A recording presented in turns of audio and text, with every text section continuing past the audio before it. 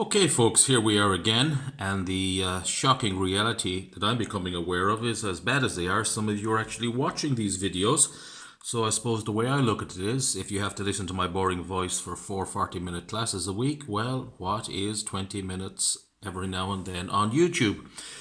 Okay, now we were progressing through acceleration due to gravity, and today I want to take you through some worked examples on that using the equations, and we're going to find that these are very, very cool things, very neat things to predict the motion of objects in the real world. Okay, acceleration due to gravity, and I think we've well defined what this is. We said that it is the rate at which objects in free fall gain velocity.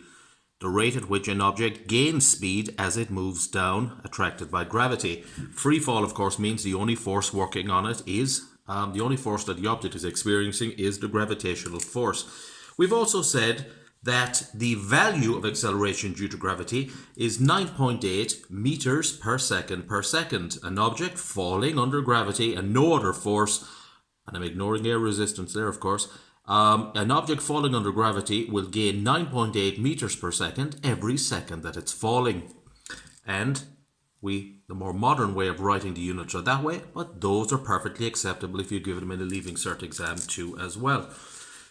Remember, acceleration due to gravity always acts downwards. Gravitational force is always attractive. Mass attracts mass. We have not come across a situation yet that mass repels mass. Anti-gravity does not actually exist. Okay, two things I want you to note before we look at little examples on these on acceleration due to gravity. The first thing is always use plus 9.8 meters per second if gravity causes an object to accelerate and get faster. That generally means if the object is dropped, gravity will cause it to get faster and acceleration will be positive. We use plus 9.8. But on some occasions, we will actually be doing the opposite. Instead of dropping objects under gravity, we will be throwing them or firing them or kicking them up.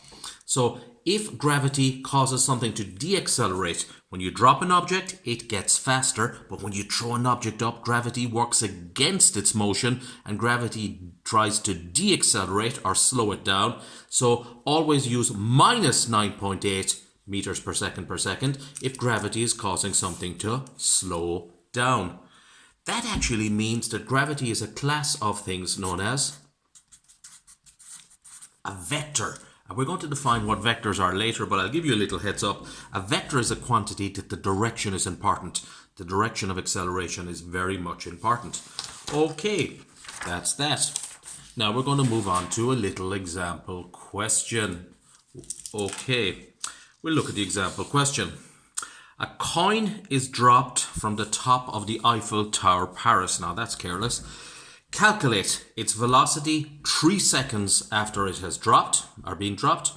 If the Eiffel Tower has a height of 320 meters, calculate the time taken for the coin to actually fall or hit the ground.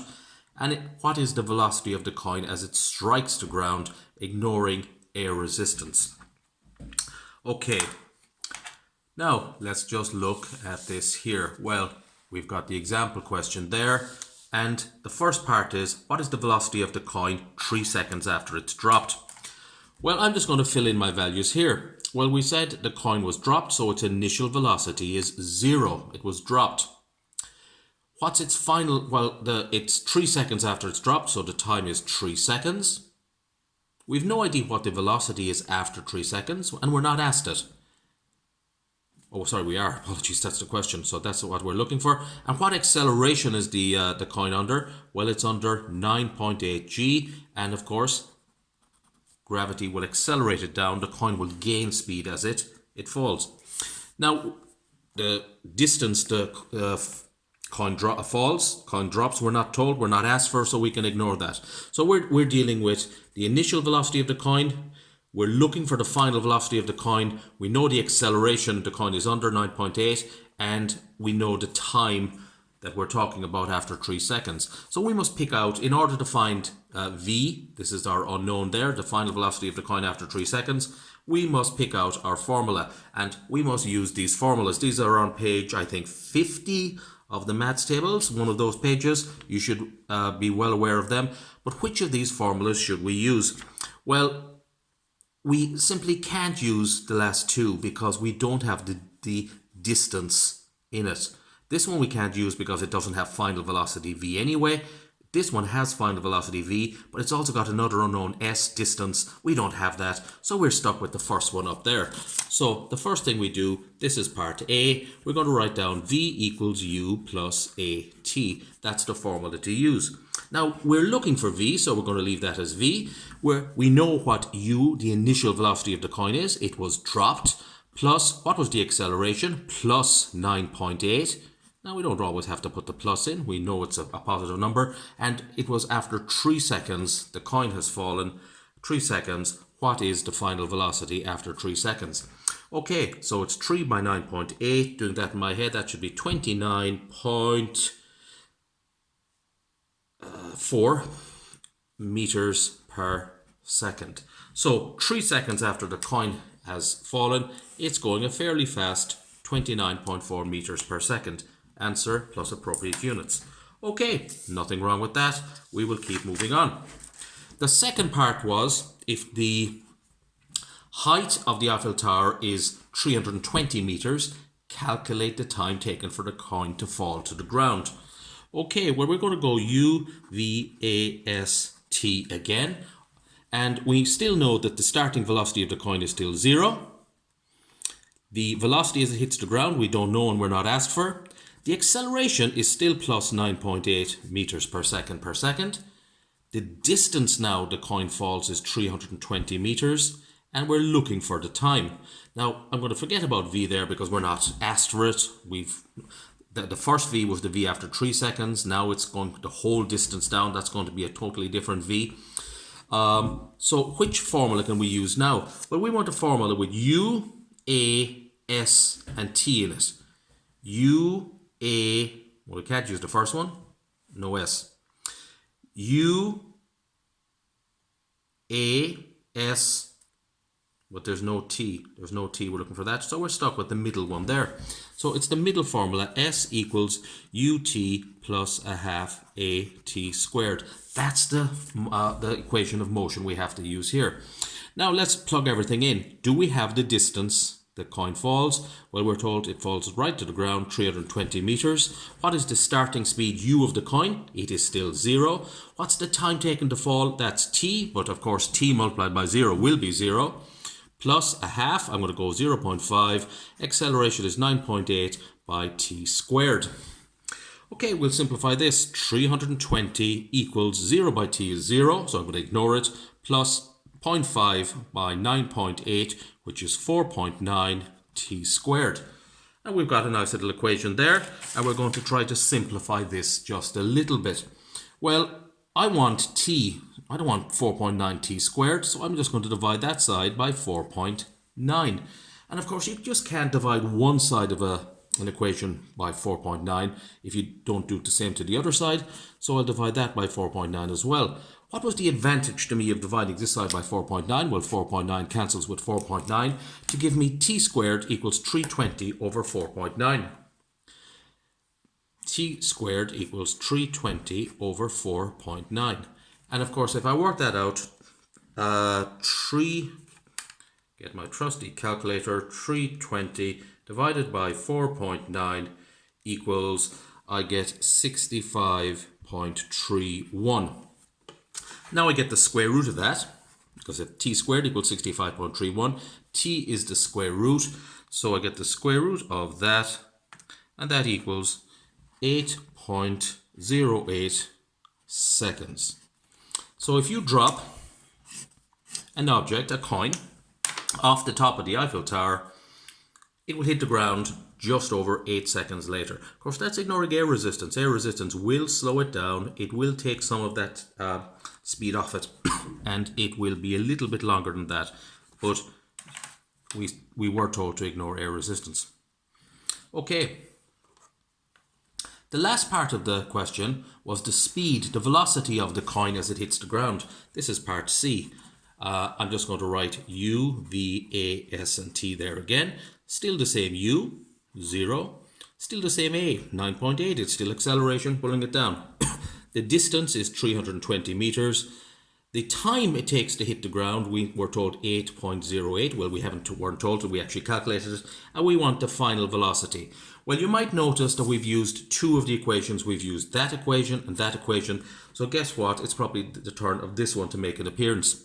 And that is a perfect equation because we've got V, we've got U plus 2AS. So we can now say V squared equals U squared plus 2AS. Well, we want the final velocity of the coin as it hits the ground. So that's V squared equals U squared. U is 0 plus 2 by plus 9.8 by the distance 220. So we were looking for the final velocity. We've got the initial velocity, the starting speed of the coin. It was 0, it was dropped. 2 is 2. The acceleration is plus 9.8. We just put down 9.8, but we know it's a plus number. And the distance the coin has fallen is 320 meters. That means V squared equals, if you multiply that out, is 6272. And get the square root of that, V will equal 79.1 meters per second. Use your own calculator to verify that if you wish. That's an interesting number. That means the coin will be going at around very close to 80 meters per second, ignoring air resistance when, and of course the coin wouldn't have a huge amount of air resistance when it hits the poor person standing underneath. Now that is a very high velocity. That's the velocity of a low caliber, low velocity bullet. So that is why they do not like people throwing coins off the top of the Eiffel Tower in Paris. Okay, example question number 2. Example question number 2. A ball is dropped from a height of 1.5 meters. Ignoring air resistance, how long does it take the ball to hit the ground? Okay, well what I did here was this. I write down, as I usually do, U, V, A, S, and T. Well, the ball was dropped from a height, so we say U is 0. It had no initial speed, velocity when it was dropped. The height was 1.5 meters, so I've got S equals 1.5 meters. How long does it take to hit the ground? Well, the only other thing I've got there is acceleration, and the acceleration is due to gravity 9.8, so I put that in there. Remember, it's a plus number, because when you drop a ball, it will get faster as it falls down. And we want how long the time taken to hit the ground. V is the velocity when it hits the ground, the final velocity, but we're not interested in that. So, looking at our equations, which one will work for us? Well, if we want the time, there's no point in trying to use the last equation. It doesn't have time in it. We could use this one, or could we use this one? We couldn't use this one because even though it does have time in it, and we do have the acceleration, and we do have the starting velocity, we don't have the final velocity, so we're stuck with the slightly strange equation there, like that. S equals ut plus a half at squared. Then I substituted in. The S, we were told, was 1.5 meters off the ground. The initial speed of the object, the ball in this case, was 0. The time we're looking for, a half. The acceleration is plus 9.8 t squared. 1.5 equals, well, 0 by t is 0. So it becomes out 4.9 t squared. I divided each side by 4.9 to get rid of the 4.9. So t squared is 1.5 over 4.9. Then I got the square root of that. Or did I? I better just check that in a second. 1.5 divided by 4.9 equals, t squared equals 0.3. Then I got the square root. Excuse me. And t turns out to be just over half a second. Okay. Drop a ball from 1.5 meters, takes just over half a second to hit the ground. That sounds reasonable enough, so we'll go with that answer. Now, we're going to put a second part to that question, a second little part. What is the velocity of the ball as it strikes the ground? Again, I start by doing what I always do in these questions, U, V, A, S, and T. U is 0, V is what is the starting velocity is 0, the final velocity is what we're looking for. The acceleration is still going to be plus 9.8. The distance the ball falls is 1.5, and we have the time calculated from above, 0.55 seconds. I always put SEC for seconds, so you won't confuse the S with another 5. I found that this was the easiest formula to use. V equals u plus at, because we have u, we have a, and we have t. So we can fill in for u. U is 0, a is 9.8, t, the time took for the ball to fall, we've just calculated as 0.55 seconds. Work that out, and it turns out the ball hits the ground with a velocity of 5.41 meters per second. But there was another way you could do it. You could also use this formula. This v squared equals u squared plus 2as. And of course this formula, if nature is to be consistent, will have to give you the exact same value. So v squared equals u squared, well u is 0, so 0 squared plus 2 by 9.8 by the distance 1.5. And 0 squared is 0, so working that out, 1.5 by 2 is 3, 3 by 9.8 turns out to be 29.4. And if v squared is 29.4, v is the square root of 29.4, and the square root of 29.4 turns out to be 5.4 meters per second. So no matter which formula you use, the velocity of the ball as it hits the ground is 5.4 meters per second. Some of you might just point out to me that 5.44 is not exactly equal to 5.41, but it's because we just rounded the t value there. If you went to more place of decimals, they would be perfect. Obviously, it should make no difference which formula you use as long as you can use that formula. And if this formula gave a different answer than this one, nature would not be consistent and something would be very, very seriously wrong. Okay, example 3. Example 3 is kind of a more interesting one. Okay. Now, example 3, this time we've got a ball is thrown straight up into the air, not dropped, thrown straight up with an initial velocity of 5 meters per second. What are we asked to calculate? Well, in this question, we're asked to calculate the greatest height the ball will reach. Ball is thrown up, gets slower, slower, slower as gravity, the acceleration of gravity stops it, then it comes back down. The greatest height the ball will go up to, and the time taken to get up to the greatest height. Okay. Have we got this now? Ball is thrown straight up in the air with initial velocity of 5 meters per second, the greatest height it will go up to. Now, a lot of people get a little bit worried about this because they think they are not given enough information. I always write down UVAST as usual. U, the starting speed of the ball, we were told was 5 meters per second. We've got that. The acceleration of gravity, this time I'm using minus 9.8 because when you throw a ball up, gravity doesn't accelerate it, gravity deaccelerates it, it slows it down. And here's something you might not have thought of. When you throw a ball up, when it comes to the greatest height, what is its speed? Well, when it comes to the greatest height, it will slow down, slow down, slow down, and eventually actually stop. So at its greatest height, the velocity will actually be 0. And that gives me 3 things, U, V, and A. What am I actually looking for? The greatest height. So I'm really looking for S. So I have to look at my formulas. What have I got and what am I looking for? No point in using the first one or the second one. They've got T in it and I don't know the time taken for the ball to go to the highest point and I'm not asked for it. So I'm probably stuck with this one here. Do I have the distance? Well, I'm looking for it. Starting speed, yes. Time, can't use that. So which one of these will I have to use? I will presume I will have to use, for the greatest height, the final formula. So I will probably have to use V squared equals U squared plus 2AS. What is V? Well, at the highest, the greatest point, the final velocity of the ball will be 0 at the top of its motion, equals U squared, we were told was 5 plus 2 by minus 9.8, because this time when you throw a ball up, gravity is trying to slow it down, by S, which is the height we're looking for. Make sure that looks like an S and not a 5. Okay, a bit of working out here to do, but we'll manage it, no problem, I'm sure. 0 squared is 0, 5 squared is 25, plus by minus is minus, 2 by 9.8 is 19.6 S. Now, a lot of people here kind of start panicking with the maths. They say, oh gosh, minuses, equations, whatever. Well, it's very, very simple. I'm just going to put the equal down there like that. I'm going to leave the 25 where it is. Then I'm just going to grab the minus 19.6s and bring it to the other side of the equation. What happens when something goes across an equal sign? It changes sign and becomes plus 19.6s. Now I don't want 19.6 by s, the distance the ball goes at its up to its highest point. I just want s, so I'm going to divide that side by 19.6.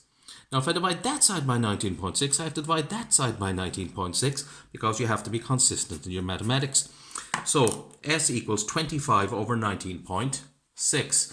So I'm going to get my calculator out. 25 divided by 19.6 equals, so I'm getting s equals 1.276 meters. So what is this telling me? If you take a ball and you throw it up with an initial velocity of 5 meters per second, it will go up to a height of 1.276 meters. By that stage, it will have stopped. And what will it do then? It will start coming back down at you. But we've got the greatest height that the ball has reached. Second part of that was, what was the time taken to go up to the greatest height? What was, oh, pardon me if you couldn't see that there earlier. What was the time taken to go up to the greatest height? Well, I'm just going to write everything down again. U, V, A, S, and T. We were told that the starting velocity was 5, the final velocity is 0, A is minus 9.8, and the greatest height is 1.276 meters. So we're looking for T. Well, any of the two formulas with T in it now probably should be able to be used, but which of those two formulas, that's got T in it and that's got the T, the time in it, which of those looks like easier to use? Well, I think the first one looks probably easier to use, so I'm going to use V equals U plus AT. Well, what's the final velocity of the ball? 0. What's the starting velocity? 5 plus minus 9.8 by T. Work it out. 0 equals 5 plus by minus is a minus 9.8 times T. Okay, take the minus 9.8 T, bring it across, becomes plus 9.8 time equals 5. Divide each side by 9.8. They cancel, that cancels, and T equals 5 over 9.8. Get calculator, 5 divided by 9.8 equals 0.51 seconds. So it takes 0.51 seconds for the ball to go up to its greatest height, which is 1.276 meters above the ground.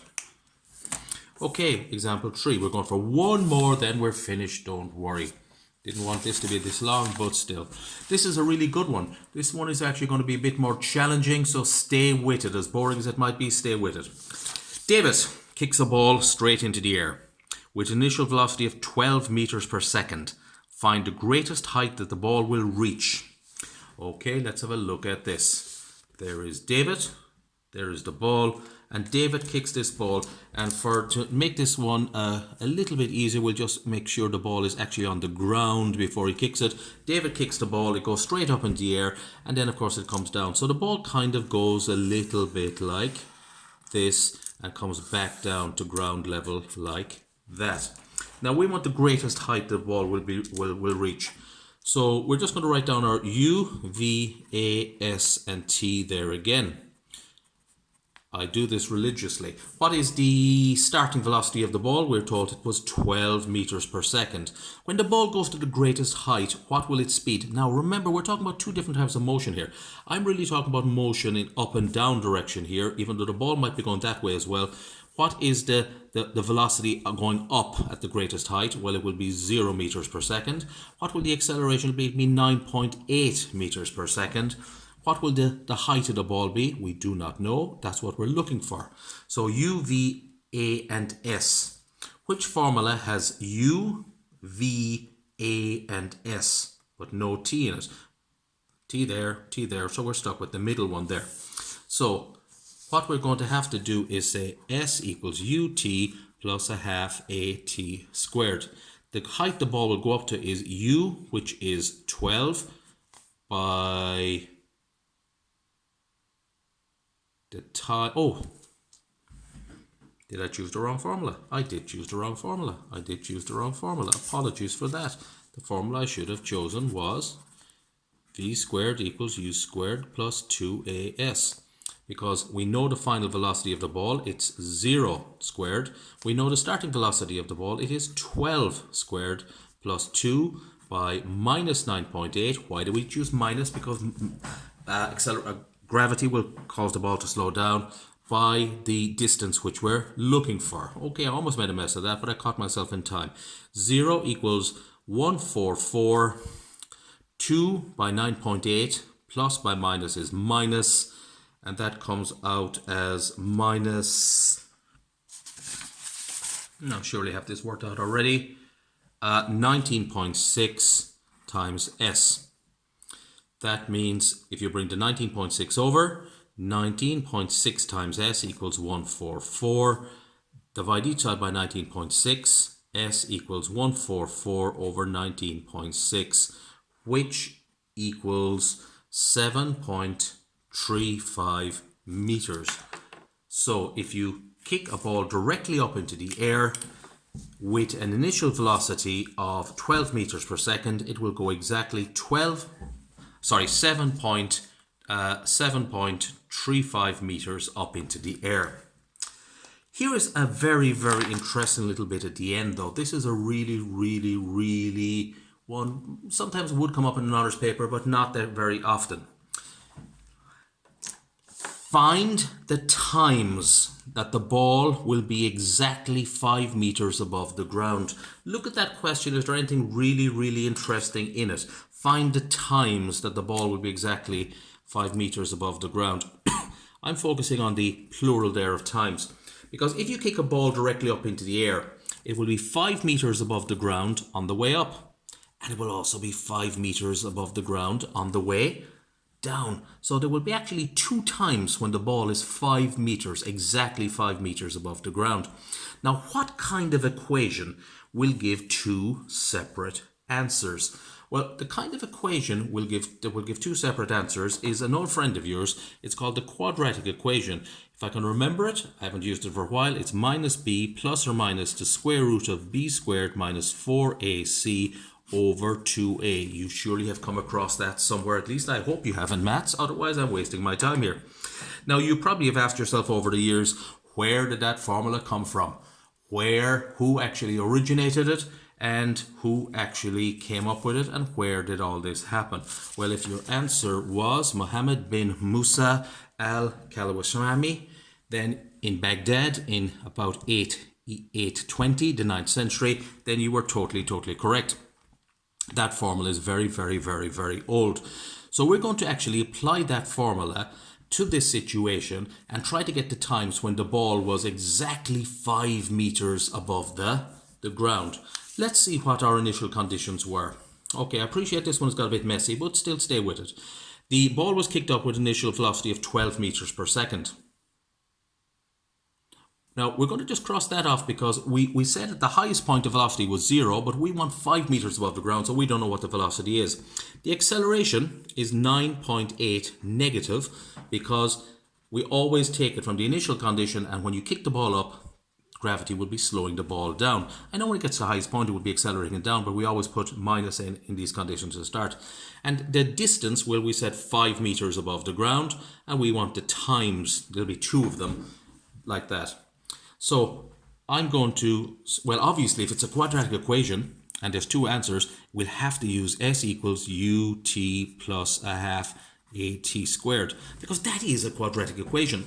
Let's fill in what we know. Well, s will be the distance above the ground. We said that was 5. The starting speed was 12. The time is t plus a half, which is 0.5 by a, which is minus 9.8 by t squared. So I've substituted into my formula. That gives me, I'm going to just mess around with this a little bit, 5 equals 12t minus, when you multiply those out, 4.9t squared, and that is a quadratic equation. Now, it's not an easy one to solve. It's not. You will not get factors. Well, maybe if you're really good, you might get factors in your head, but we're going to have to kind of just bring this to a nicely better form. We're going to have to bring over the minus 4.9t squared to make 4.9t squared. Bring over the 12 to come minus 12t. The 5 says what is, plus 5 equals 0. Now it's a much more nicer quadratic equation. Well, what is a, b, and c? I hope you've come across this. A is the number in front of the t squared.